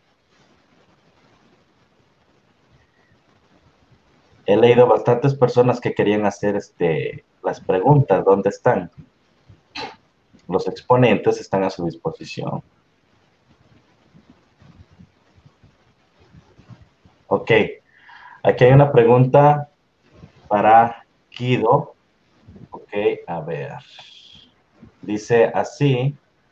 La voy a poner en pantalla. Dice así: Guido, ¿tienen salvación los evangélicos? Sí, muy buena pregunta, claro que sí, esa es la actitud del Concilio Vaticano II. Yo quería también agregar algo, porque la Iglesia Católica en el Tratado de la Salvación, inclusive con lo que decía Salvador Barragán, con respecto al bautismo de Constantino antes de morir, la Iglesia Católica piensa que si es un bautismo que se hace con la intención de que la persona reciba ese sacramento y se hace utilizando la fórmula trinitaria, aún aunque sea un ateo, es válido y sirve también, así sea para ganar la vida eterna. La Iglesia Católica piensa que todos somos cristianos, nos unen tres cosas: Jesucristo, nuestro Salvador, las Sagradas Escrituras y también la fe. Entonces, evidentemente la salvación es algo que está por encima de nosotros, solamente está en la mente de Jesucristo. Primera de Juan 1:2 dice: Jesucristo murió por los pecados nuestros, sino también por los pecados de toda la humanidad. Entonces, en ese aspecto, evidentemente, no solamente creo que son salvos, sino también que pertenecen a la Iglesia de Cristo, al cuerpo místico, por el bautismo, y también merecen todo nuestro respeto, sobre todo las iglesias de la Reforma, con la cual la Iglesia Católica tiene a nivel de la jerarquía diálogos ecuménicos. El Papa Francisco está en íntima comunión y diálogos con los líderes de las principales iglesias cristianas. Perfecto, gracias. aquí hay una pregunta que para el hermano Salvador le va a gustar mucho, le va a gustar demasiado. Aquí está, permítanme, es que están pasando muy rápido. Aquí está. Una persona muy conocida por el hermano. Dice así, pregunta para Barragán. ¿Cómo explica que la iglesia ya tenía 32 papas cuando Constantino fue emperador romano? Y supongo que con respecto al tema, ¿verdad? Sí, es muy buena pregunta, hermano.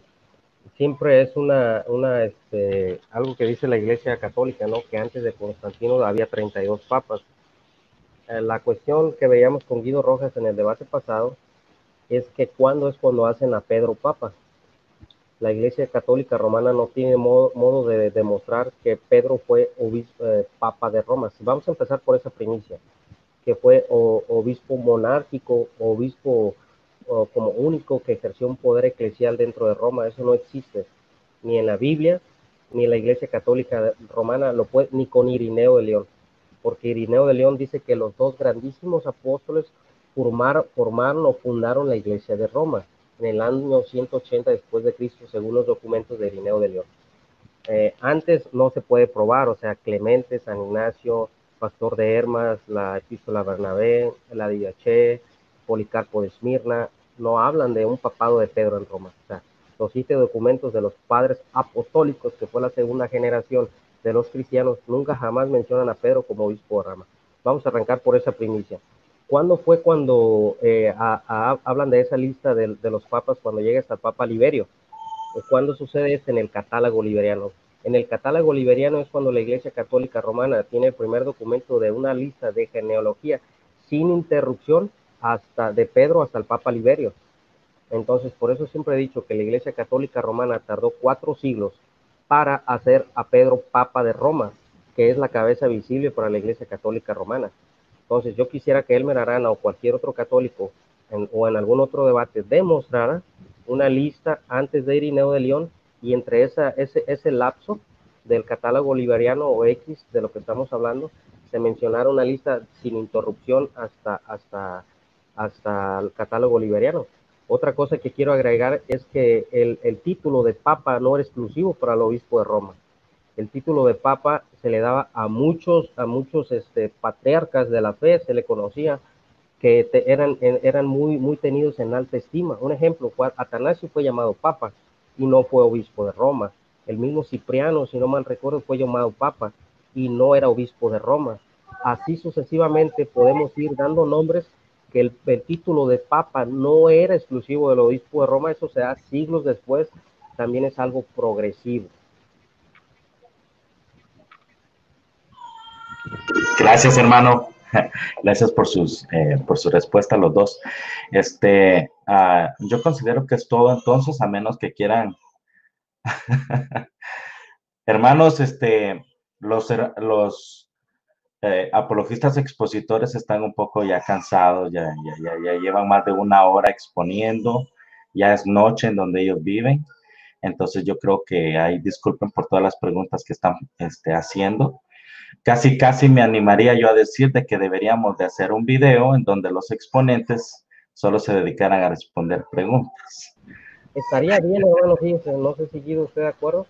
Sí, Estaría bien esa parte donde podríamos, siempre y cuando sean por ciclo los temas, o sea, no Claro. podemos hablar de un tema y pasar a otro, porque si vamos a hablar de un tema tendría que ser específicamente y saber de antemano, pues, qué tema es, porque no es cuestión al quemarropa, porque yo no lo veo de esa manera. Yo veo eso como un ring de boxeo, a ver quién es el que va a ganar y quién quema al otro, no, simplemente es exponer y compartir bíblico, entonces, porque a veces hay preguntas muy capciosas en ese sentido, a ver en qué manera cae la persona pues de eso no se trata. Y eso creo que me tocaría más a mí, ¿no? Porque yo soy el que estoy poniendo las preguntas. Y realmente, hermano, estoy buscando preguntas que sean con respecto al tema. Audiencia, por favor, con respecto al tema, ¿verdad? Entonces, con respecto alrededor de la persona de Constantino, miren, para que no les cueste hacer una pregunta con respecto al tema, ¿verdad? escriban el nombre de la persona al que se la van a dirigir y escriban Constantino, tal, tal y tal, X o Y, motivo, razón que quiere que se le responda. Y esa va a ser una pregunta dirigida con respecto al tema. Es una primicia para que se ayude a formular su pregunta. Pero entonces pues nos ponemos de acuerdo y lo podemos hacer despuesito, ¿verdad? Sí, Sí, perfecto. es interesante las preguntas de las personas y ya tú las puedes tratar, nos ponemos de acuerdo y podemos seguir con estos coloquios. Yo creo que por hoy ya es más que suficiente, hemos expuesto y sí me gustaría, Arnold, y esto es algo que a veces no veo, que es importante, terminar con una oración, porque estamos hablando entre cristianos, tú eres pentecostal, yo soy católico y Salvador Barragán es anabatista. Y a veces quiero que cerremos y que seas tú el que haga una oración pidiendo la iluminación al Espíritu Santo y también su protección divina. Eso sería ya mi Diego despedida. Rojas, ahorita que estamos platicando, también estaría bien hacer este programa que sería muy bueno y sería de dedicación para ambos pueblos, tanto católicos, tanto como evangélicos. Podemos traer otro católico, hay opción en StreamYard de meter hasta 6 personas, o sea, otro católico y otro evangélico, y ambas preguntas para que haya un rol dinámico, si tú estás de acuerdo, o lo podemos hacer nada más nosotros dos también. Eso ya lo platicamos internamente, nos ponemos de acuerdo, que tú estés de acuerdo, que yo esté de acuerdo. Gracias a Dios que tenemos una buena relación de amistad. Seguimos Claro. siendo amigos y no pasa nada. Y te mando un abrazo hasta Colombia. Igualmente, y nos saludamos a veces por el interno con Salvador, con Aaron. También tuvimos otra vez un debate muy interesante sobre María y seguimos siendo amigos. Yo aprecio mucho, o sea, apologistas evangélicos, porque siempre la misma educación y cultura que me dan a mí, que me atribuye a mí, la he encontrado en todos ellos. De todos, no tengo ninguna queja, he encontrado también el mismo respeto, la misma altura. He aprendido, me he enriquecido enormemente también de muchos apologistas y expositores evangélicos, porque en esta no se las sabe uno todas y estamos todos para aprender. Bendiciones. Amén. Dios los bendiga. Claro, antes de concluir con una pequeña oración, les quiero recordar que el martes 3 de marzo voy a tener mi debate con Rodrigo Andrés Calvo, ¿verdad? Están todos invitados. Quedamos de acuerdo que a mi canal. A ver, ahí vamos a estar. Entonces, hermanos, eh, Y nosotros, perdón, Arnold, disculpe, creo que también Salvador Barragán tiene un debate muy interesante con un apologista católico, Max Roper, ¿no? No sé si lo quieres anunciar también, porque me parece interesante ese tema. Sí, vamos a tener un debate con Matt Roper acerca no vamos a hablar de la primacía de Pedro, de la primacía de Roma como ciudad, como iglesia y como madre de todas las iglesias. Yo les hago saber la fecha, hermanos, el horario. Gracias, Diego, por recordármelo. Este, Gracias y ahí estamos al pendiente. Ese programa que vamos a tener acerca de preguntas y respuestas va a ser muy bueno, porque va a ser algo diferente y que los hermanos puedan nutrirse también, ¿no? Porque con todas estas pláticas el pueblo evangélico y el pueblo católico se nutren, aunque hay favoritismo y obvio que ambas partes están de un lado, pero es bueno, es parte de, ¿no? Es parte de nuestro crecimiento. Vamos a orar. sí.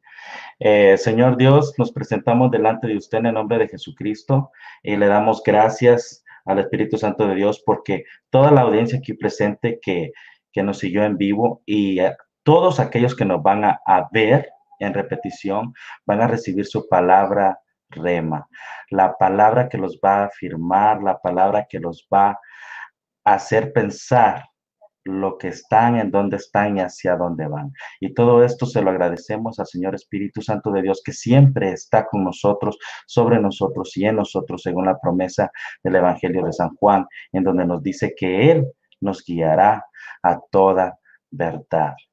En el nombre de Jesucristo les agradecemos a todos ustedes y le agradecemos a usted, Señor, por haberse presentado aquí y que este debate fue de bendición. Fue un debate agraciado, fue un debate en donde terminamos siendo en Cristo Jesús hermanos. Amén, amén y amén. Bueno, que Dios me los bendiga, que el ángel de Jehová acampe alrededor de ustedes, de todos los que nos están oyendo, que los defienda a ustedes y a sus familias, ¿verdad? Entonces, hermanos, damos por terminado. ¿Sí? Gracias, saludos a todos mis hermanos. Está bien.